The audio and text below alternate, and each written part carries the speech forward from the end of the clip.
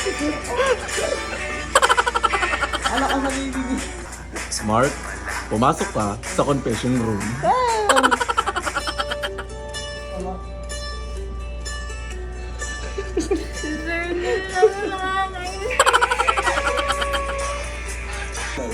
Yan.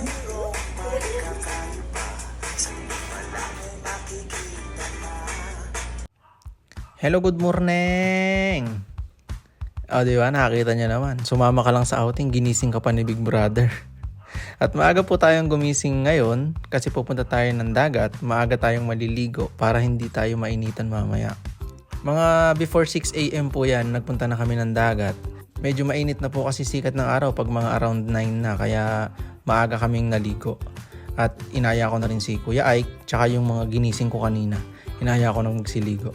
Sabi ni Kuya Ike, tuturuan kita mag-backflip. Tuturuan pa lang mag-backflip ha.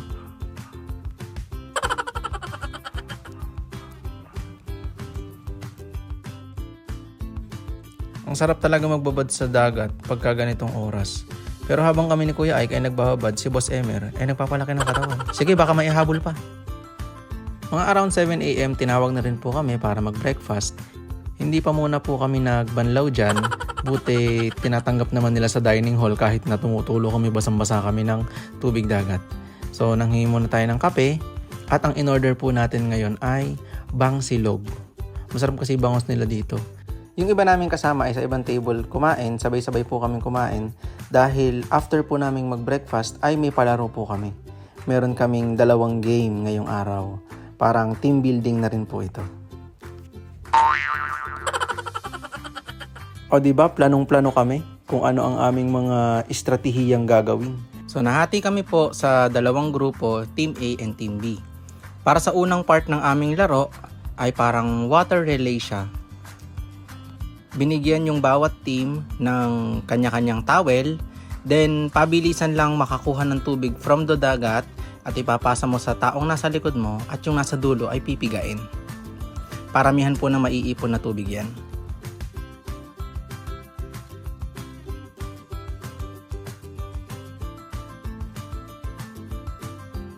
Nang matapos po yung binigay na time sa amin, takbuhan papunta dun sa likod dahil yung naipon mong tubig ay ipapasa mo ulit sa taong nasa likod mo gamit naman yung paper cup. Paramihan ng maiipon na tubig sa pinakadulong timba.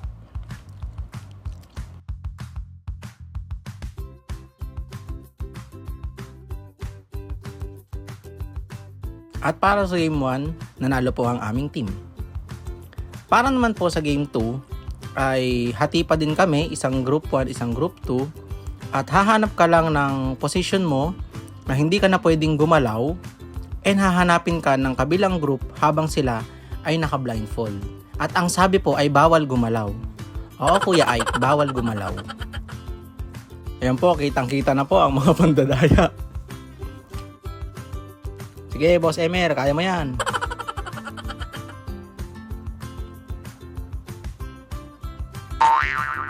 O diba nakahuli ka din? At para po dito, ako po safe, hindi nila ako nahuli.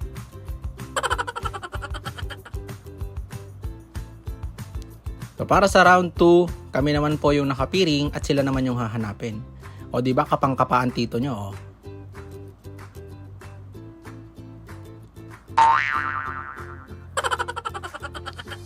Nahulog pa nga kaiiwas.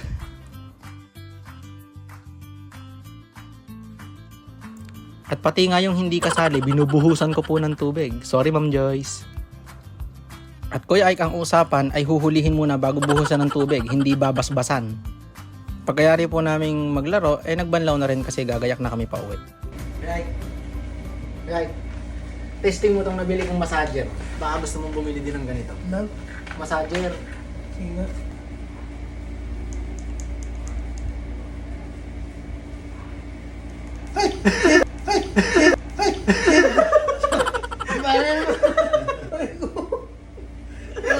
Magailan yung pagkakawat siya.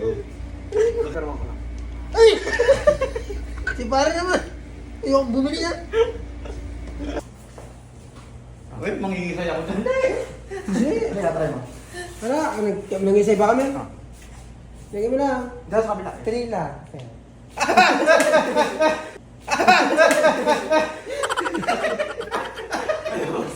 Alam ko yan. Try mo lang. And bago po mag-lunch, nag-impake na rin kami ng mga gamit at nagkarga na kami ng gamit sa sasakyan kasi babiyahe na tayo pauwi at tapos na yung ating outing.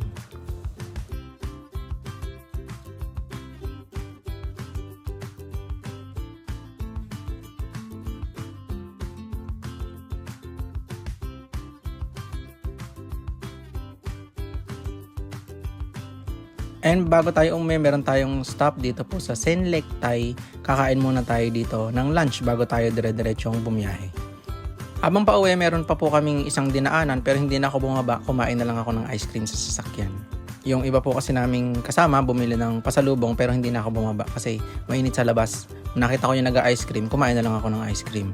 Pagkatapos po noon, dumiretso kami dun sa tito nung isa naming kasama para kunin yung mga wine. Kaya lang nagagalit sila sa pagsasalansan ng mga wine sa sasakyan. Ay, mababasag yun. Kada prayer na gaganon yun. Kasi may sigaw, galit ka? Mababasag yun. Ay, hindi ako tuwan mababasag. Doon na lang bago ayusin. Eh, doon pa nga. Bay, layo mo sa akin to. Ayoko makita ito. May ulo ko.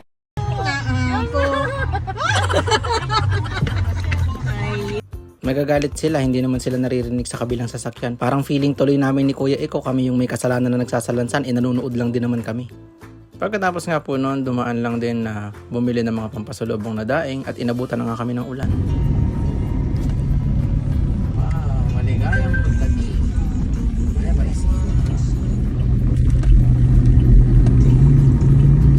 After ng medyo mahaba-habang biyahe, inabot na kami ng dilim sa kalsada. Mag-stop over muna kami para mag-CR break. Si Tita Beth may energy pa. After po mag-CR break, dumiretso lang kami sa McDo San Jose para mag-dinner saglit. After namin mag-dinner, bumiyahe na ulit dahil meron pa tayong mga ihahatid sa kanilang mga bahay-bahay. Thank you Lord sa pagsama sa amin sa mahaba naming biyahe at salamat po sa panonood ng aming vlog. O paano, hanggang sa muli nating pagkikita. Paalam!